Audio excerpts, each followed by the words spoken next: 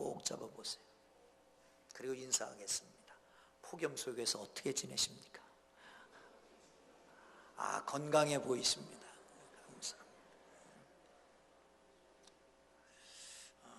여름 잘 지내시길 바라고요. 한편으로는 그래요. 돈 주고 사우나 가는데 가만히 있어도 사우나니까. 리차드 리버라고 하는 분이 예수님의 선한 사마리아 사람의 비유에서 세 가지 인간이 있다라고 하는 얘기를 했습니다. 첫째는 철저한 이기적인 인간, 강도 같은 사람입니다. 사람이 죽든 말든 상관없이 자기의 이익만 취하면 된다는 거지요. 또 하나의 사람이 있습니다. 자기 공동체에 충실한 사람입니다.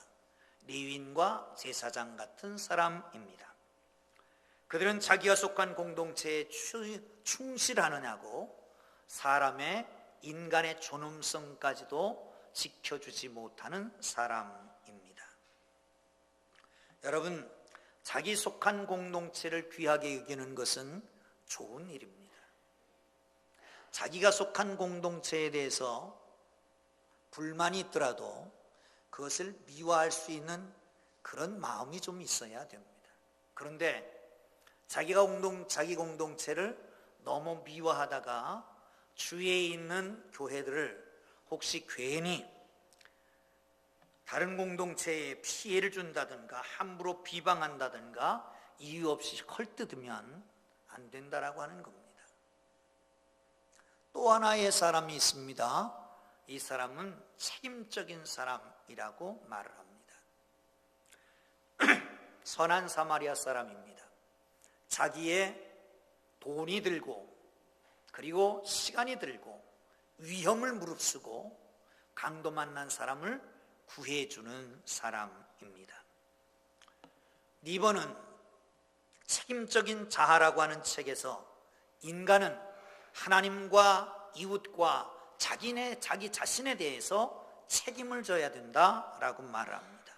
왜 그러냐 하면 이 책임은 하나님의 거룩한 은혜를 받은 사람들이 하나님의 놀라운 사랑, 받지 못할 자격이 없는 사람에게 베풀어 주신 그 놀라운 사랑을 받은 사람들이 응답하는 행위다라고 말을 합니다.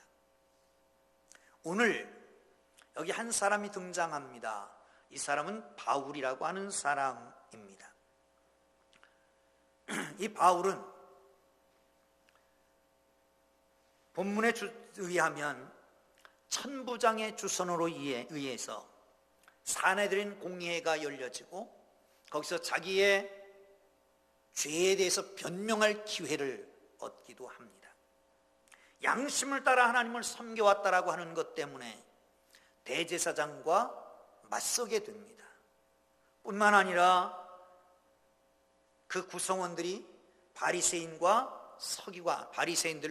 사두개인들이라고 하는 것을 알고 자기가 빠져나가려고 부활에 대한 말씀을 하고 서로 논쟁이 붙습니다.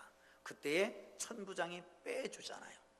그래서 영내에 들어가서 있는 그 밤에 주께서 그의 곁에 나타나셨습니다. 사실 앞이 불투명한 상황이었습니다. 그런데 그에게 말합니다. 담대해라. 이스라엘 예루살렘에서 나의 일에 대해서 증언한 것 같이 로마에서도 증언하리라 라고 하는 겁니다. 예루살렘을 벗어나 이제는 로마를 맡기겠다라고 하는 겁니다. 로마를 맡기겠다라고 하는 그 사람, 바울은 어떻게 지내야 되느냐? 아니, 우리는 성령이 너에게 임하시면 너희가 권능을 받고 예루살렘과 유대와 사마리아와 땅끝까지 이르러 내 증인이 되리라 말씀하셨는데 이 사명 감당할 우리는 어떻게 살아야 될까? 오늘 본문을 통해서 몇 가지로 함께 나누었으면 하는 생각이 있습니다. 한번 1절을 보겠습니다. 시작. 바울이 공회를 주목하여 이르되 여러분 형제들아, 오늘까지 나는 범사에 양심을 따라 하나님을 섬겼노라 하거늘 우리말 성경에는 이렇게 써 있습니다. 바울은 공회를 똑바로 쳐다보며 말했습니다. 내 형제들아, 내 형제들이여, 나는 오늘까지 모든 선한 양심으로 하나님을 위하여 살아왔습니다 라고 말했습니다. 천부장, 로마 시민권을 가지고 있는 바울을 존중합니다. 결박을 풀고 진실을 알기 위해서 사내리는 공회를 소집했습니다. 그리고 바울에게 해명할 기회, 자기 변명할 기회를 줍니다. 그런데 다짜고짜 하는 말이, 형제들이여, 나는 모든 일에 언제든지 양심을 따라 하나님을 위해서 살아왔습니다 라고 얘기하고 있는 것입니다. 여러분, 양심을 따라 하나님을 위해서 사는 하나님의 사람들 되기를 주의 이름으로 축원합니다. 할렐루야, 할렐루야. 양심이 뭡니까? 양심은 어떤 일이나 생각에 옳고 그름, 선과 악을 구별 지어줄 수 있는 도덕적인 의식 내지는 마음씨라고 되어 있습니다. 양심을 구체적으로 말하면 뭘까요? 어린아이들한테 양심이 뭐냐라고 물으면 뭐라고 대답할까요? 초등학교 애들한테 양심이 뭐냐라고 물으면 어떤 아이들은 이렇게 대답합니다. 양심이요? 잘 모르겠는데요. 조금 더 생각 있는 아이는 이렇게 대답합니다. 나쁜 일을 하고 그러면 막 가슴이 둥덩둥덩 뛰는 게 양심이죠. 부끄러운 일을 하고 나면 얼굴이 빨개지는 것, 그게 양심이죠. 이렇게 말합니다. 맞습니까? 맞습니다. 그런데 또한 양심은 기쁜 일을 하고 좋은 일을 하고 나면, 그런 계획을 하면 즐거워지고 기뻐지고 황홀해지는 것, 그것도 양심입니다. 바울은 이렇게 말합니다. 내가 지금까지 모든 일에 선한 양심을 가지고 하나님을 섬겨왔다라고 말합니다. 지금까지 내가 한 것은 어떤 사고나 철학이나 내지는 학식이나 이런 것을 위해서 한 것이 아니라 양심을 가지고 해왔다라고 하는 것입니다. 양심을 가지고. 그런데 양심도 사실은 문제가 있습니다. 양심이 타락할 수도 있습니다. 양심이 변질될 수도 있습니다. 양심이 빗나갈 수도 있습니다. 양심에 털이 났다고 그럽니다. 화인 맞은 양심이라고 성경에서는 얘기도 합니다. 왜 그렇습니까? 문화적인 영향을 받는 것이 양심이라고 하는 겁니다. 식인종은 사람을 죽여도 양심에 가책이 없습니다. 그러면 그리스도인으로서의 양심은 뭘까요? 일반적인 양심이 아닙니다. 유대인들의 양심은, 유대인들이 가지고 있었던 양심은 하나님 앞에서 하나님을 믿는 사람으로서 경건한 신앙 위에 서 있는 양심입니다.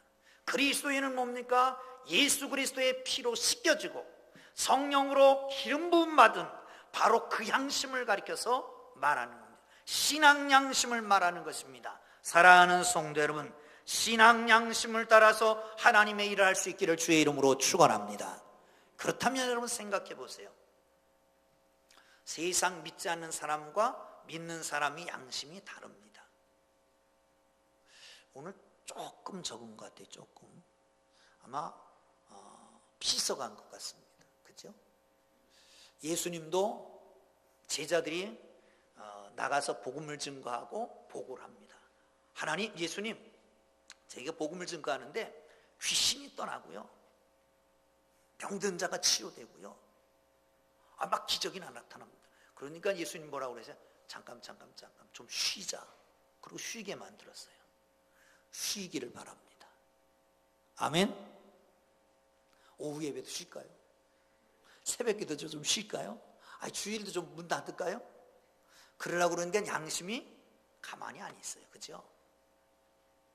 주일을 성수해야 되는데 오전 예배만 드리고 밥만 먹고 집에 가려면 양심이 꺼리잖아요. 그죠?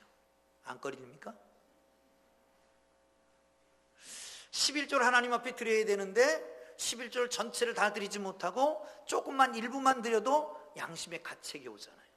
믿지 않는 사람은 그 양심의 가책 전혀 없습니다. 이 믿음의 양심이에요. 믿음의 양심. 무슨 일을 하는데 기쁘고 즐겁게, 그리고 구원의 즐거움을 가지고 자원하는 심령으로 하는 사람이 있는가 하면, 어떤 사람은 마지못해서 하는 사람도 있습니다. 똑같습니다. 어쩔 수 없이 두려워서 하는 양심을 가지고 하는 사람도 있고, 무슨 일을 하면 기쁘고 즐거워서 하는 양심을 가진 사람도 있습니다. 사랑하는 성도 여러분, 자원하는 심령으로 기쁘고 즐겁게 일할 수 있기를 주의 이름으로 축원합니다. 할렐루야. 억지로 하면요, 나도 힘들고 주의 보는 사람도 힘들고 하나님 보시기도 힘들어요. 그러니까 무슨 일을 하든지 양심껏 하는데, 그 양심은 기쁘고 즐거워서 선한 일을 하는 하나님의 사람들 되기를 주님의 이름으로 축원합니다. 할렐루야. 할렐루야. 그렇습니다. 기쁘고 즐겁게 하는 거예요.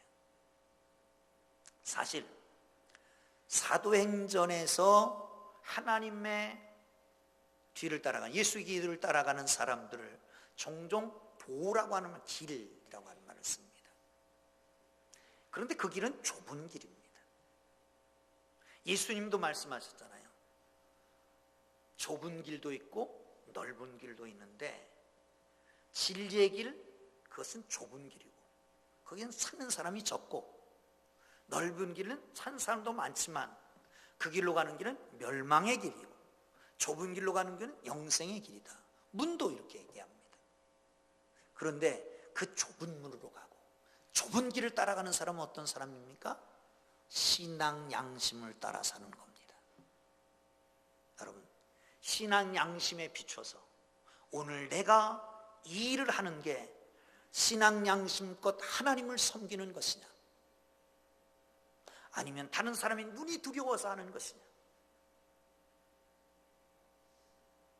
사랑하는 성도 여러분, 정말 하나님이 주시는 선한 양심을 가지고 하나님을 섬기기를 주님의 이름으로 축원합니다.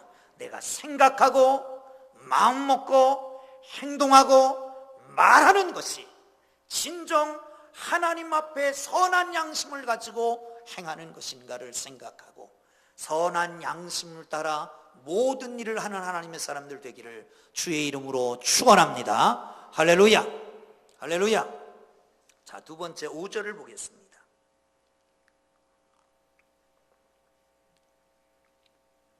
같이 봅니다. 시작. 바울이 이르되,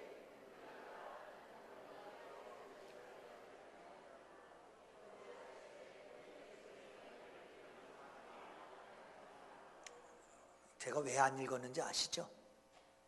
목사가 소리를 크게 하면 성도들은 안 한대요. 그래서 한번 들어봤더니 안 하는 분들이 두 분 있는 것 같아. 다시 한번 읽어야 될 필요성이 있습니다. 한번 읽습니다. 시작. 바울이 이르되, 형제들아, 나는 그가 대제사장인 줄 알지 못하였노라. 기록하였으되 너의 백성이 관리를 비방하지 말라 하였느라 하더라. 아멘. 지금 공의회에 죄수로 갖다 놓는 겁니다. 근데 이 죄인이 말하기를, 나는 양심껏 하나님을 섬겼다. 그러니까 제사장이 듣고 있다가 그 입을 쳐라. 그러니까 장군 먹문을 해야 되잖아요. 바울이 뭐라고 말하냐면, 이 회칠한다며 내가 그 자리에 앉아서 율법으로 나를 정죄하라고 그랬는데 율법을 네가 지키지 않는다. 그리고 싸움이 벌어진 거예요. 그랬더니 옆에 있던 사람이 말하기를, 너 대제사장인데 대제사장한테 그렇게 하면 되느냐. 내가 그가 대제사장인 줄 알지 못했다. 성경에 그렇게 말했다. 너의 관리들, 백성의 관리들에 대해서 대항하지 말라고 그랬다. 이렇게 말하는 거예요. 여러분, 너나 할 것 없이 누구나 우리는 연약합니다. 실수투성입니다. 그런데 실수 안 하는 것 같이, 강한 것 같이 사는 건 위선입니다. 잘못을 인정할 줄 아는 거예요. 성경은 그렇게 말합니다. 너희가 자복하고 회개하면 저는 미쁘시고 의로우사 우리의 모든 죄를 사하실 뿐만 아니라 모든 불의에서 우리를 깨끗게 할 것이다. 그런데 네가 죄가 없다고 실수하지 않았다고 하면 하나님을 거짓말하는 자로 만드는 것이다. 사랑하는 성도 여러분, 잘못을 인정할 수 있는 것은 특별한 용기가 필요합니다. 그런데 하나님의 사람들은 잘못을 그때 인정하고 하나님 앞에 회개하고 새로운 길을 가는 사람들이었다라고 하는 걸 기억하시기를 주의 이름으로 축원합니다. 할렐루야, 할렐루야. 회칠한 담이여 라고 하는 건 정곡을 찌르는 겁니다. 그게 누구예요? 대제사장한테 하는 거예요. 대제사장이 아나니아라고 하는 사람입니다. 아나니아라고 하는 이름은 히브리어로 하나냐라고 하는 것을 헬라식으로 바꾼 겁니다. 이 아나냐라고 하는 이름의 뜻은 뭐냐면 하나님은 은혜를 베푸신다. 그러니까 너도 하나님의 은혜를 베푸셨으니까 하나님의 은혜를 받은 자로 은혜를 베풀며 살아라, 그런 뜻 아닙니까? 그런데 이름과 전혀 상관없는 이름값 못하는 사람이었습니다. 여러분, 이름값 하고 살기를 주의 이름으로 축원합니다. 나는 그리스도인입니다. 그리스도인다운 사람, 그리스도인으로 사는 이름값을 하는 사람이어야 된단 말이죠. 요세푸스라고 하는 유명한 그 역사가는 이렇게 말합니다.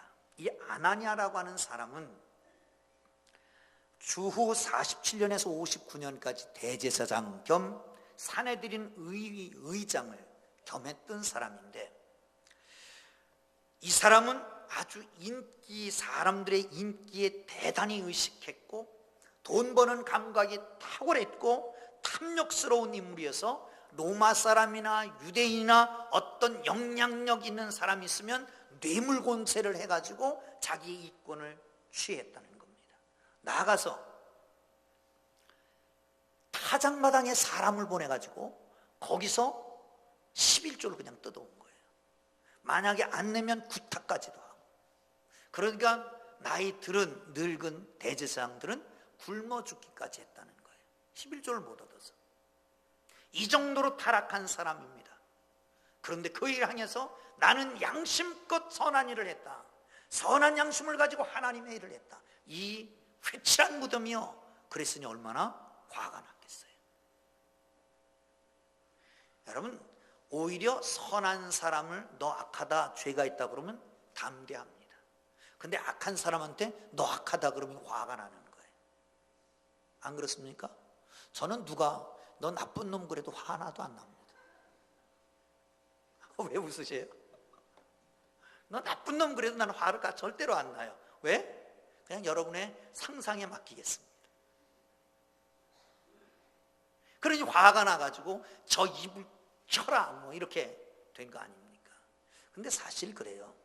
죄인이라고 붙잡아 놨는데 그 죄인인 그가 나는 양심껏 하나님을 섬겼다 그러면 죄인이라고 붙잡아 놓은 사람은 이건 뭐예요? 자기가 죄인 거 아니야. 내가 의롭다고 하면 저 사람은 거짓이 있는 사람이 될 수도 있습니다. 내가 바르다고 하면 저 사람은 옳지 못한 사람이 될 수도 있습니다. 내가 선하다고 그러면 저 사람은 악한 사람이 될 수도 있습니다. 그러니까 다른 사람을 꼬집어서 욕하는 사람, 누가 어쩌고 저쩌고 하면 그 사람 속에 뭐가 있는 거예요? 내가 저 사람을 이렇게 비하를 해서 나는 의롭고 선하고 좋은 사람이라고 인정받고 싶은 거 아닐까 하는 생각을 해봅니다. 우리 말고 저쪽엔 그런 사람들 많아요. 사랑하는 성도 여러분, 그렇습니다. 주님 안에서 정말 올바로 살아야 되는데 다른 사람 비하하고 다른 사람 판단하고 그렇게 옳다고 인정받지 말고 정말 하나님 앞에서 내 잘못을 인정하는 하나님의 사람들 되기를 주의 이름으로 축원합니다. 회칠한 담이라고 하는 말은 동부지역, 그러니까 지중해 동부지역 그 근처에서 아주 관습적으로 벽을 만들어 놓고 회를 칠했던 겁니다. 하얗게. 이 말은 뭐냐? 대강 벽을 만들어 놓고 하얗게 칠해버리면 그게 다 감춰지니까 깨끗하게 느껴지는 거예요. 회칠한 담이다 라고 하는 말은 뭐냐? 속은 더럽고 추하면서 겉으로만 덕이 있는 척, 겉으로만 착한 척, 겉으로만 근엄한 척 한다. 그래서 회칠한담이라고 그런 거란 말이죠. 사랑하는 성도 여러분, 정말 주님 앞에서 내 잘못 인정하고 선한 양심을 따라 살아가는 하나님의 사람들 되기를 주의 이름으로 축원합니다. 거룩함이라고 하는 것은 죄를 안 짓는 삶이 아닙니다. 우리는 연약하기 때문에 실수투성입니다. 죄를 질 수도 있고 실수할 수도 있습니다. 그때마다 인정하는 용기를 가지고 하나님의 거룩한 십자가의 능력 가지고 일어서는 하나님의 사람들 되기를 주의 이름으로 축원합니다. 할렐루야, 할렐루야. 자, 11절 봅니다. 시작. 그날 밤에 주께서 바울 곁에 서서 이르시되 담대하라. 내가 예루살렘에서 나의 일을 증언한 것 같이 로마에서도 증언하여야 하리라 하시니라. 아멘. 할렐루야. 그 밤이 어느 밤입니까? 구사일생으로 빠져나온 밤입니다. 이 격해졌잖아요. 나는 양심껏 하나님을 섬겼다. 저 입을 쳐라. 이 회칠한다며 네가 율법으로 나를 판단하라고 그랬는데 그 자리에 앉으면서 네가 율법을 범한다. 너 제사장한테 그러면 되느냐? 나는 몰랐다. 정말 관원들에게 그렇게 하면 안 된다고 나는 배웠다. 자기를 시인했습니다. 이렇게 하다 보니까 이 격해지면 앞으로 어떻게 될지 모르는 거예요. 싹 보니까 한쪽에는 바리새인, 한쪽에는 사두개인이 있는 거예요. 사두개인들은 부활도, 영도, 천사도, 사후세계도 없다라고 그렇습니다. 바리새인들은 다 있다고 그러는 거예요. 자기는 바리새인이에요. 그래서 이렇게 말합니다. 나는 바리새인이고 내 아버지도 바리새인이다. 내가 지금 여기서 신문 받는 것은 부활의 문제 때문에 그러는 것이다. 그랬더니 확 분위기가 바뀌어졌습니다. 사두개의 바리새인 중에 어떤 사람들이 일어나서 이 사람 아무 잘못 없네. 혹시 이 사람에게 말한 게 천사가 말했든지 영이 말했더면 어떡할 뻔했냐. 그래서 완전히 이제는 논쟁이 분위기가 된 거예요. 얼마나 격했으면 바울이 찢어질까 봐 끌어낸 겁니다. 그리고 그 밤입니다. 영내에 있는 그 밤에 하나님의 주께서 그 옆에 서서 말씀하십니다. 담대해라. 예루살렘에서 나에 대해서 증언한 것처럼 로마에서도 증언하리라. 할렐루야, 할렐루야. 옆에 서 계십니다. 사실 바울은 여기 오기 전에 이미 3가지 죄악이 있었습니다. 아니, 3가지 죄악이 있었던 게 아니라 3가지 죄를 뒤집어 씌워가지고 죽이려고 합니다. 첫째 죄악은 유대인을 배신한 민족 반역자라고 하는 겁니다. 두 번째 죄악은 모세의 율법을 반대한 율법의 파괴자라고 하는 겁니다. 또 하나의 죄가 있습니다. 성전을 회방한 성전 모독죄입니다. 이 3가지 중에 하나만 범해도 사형에 처합니다. 그런데 이 3가지 죄가 있다고 예루살렘에 들어가기 전에 이미 파다하게 퍼졌습니다. 예루살렘에 오자마자 납치됩니다. 그래서 두들겨 맞을 판입니다. 천부장이 갑자기 와서 그를 구해주지 않았으면 그 자리에서 죽었을 겁니다. 이런 상황이고, 얼마 전에 오늘 낮에도 사내들인 공회에서 이런 문제가 생겼고, 이제는 앞이 불투명합니다. 로마로 가기는커녕 예루살렘을 어떻게 빠져나갈지 모르는 상황. 그때 주님께서 오셨습니다. 곁에 서서 말씀합니다. 곁에 서서 말씀합니다. 담대하라. 내가 나에 대해서 예루살렘에서 말하는 것처럼 로마에서도 말하게 될 것이다. 곁에 계십니다. 내가 나를 못 보고 내 소리를 못 듣고 내가 없는 것 같이 살지만 나는 언제나 항상 밤이면 밤마다 고통스러울 때마다, 외로울 때마다, 앞길이 불투명할 때마다 내가 내 곁에 있을게. 주께서 말씀하신 걸 기억하시기를 주의 이름으로 축원합니다. 할렐루야. 그리고 말씀합니다. 담대해라. 담대하라. 두려워하지 마라. 걱정하지 마라. 염려하지 마라. 담대하라 라고 말씀합니다. 리차드 범블란트라고 하는 목사님이 계십니다. 나치 때에 감방에 갇혀 있습니다. 언제 죽을지 모르는 그냥 두려운 상황 속에서 하나님 앞에 기도했더니 하나님이 음성이 들렸습니다. 얘야, 두렵냐? 두렵습니다. 걱정되냐? 그렇습니다. 너무 어렵습니다. 성경을 펴라. 그리고 성경을 폈습니다. 그랬더니 말씀합니다. 두려워하지 마라, 담대하라. 이런 말씀을 한번 찾아봐라.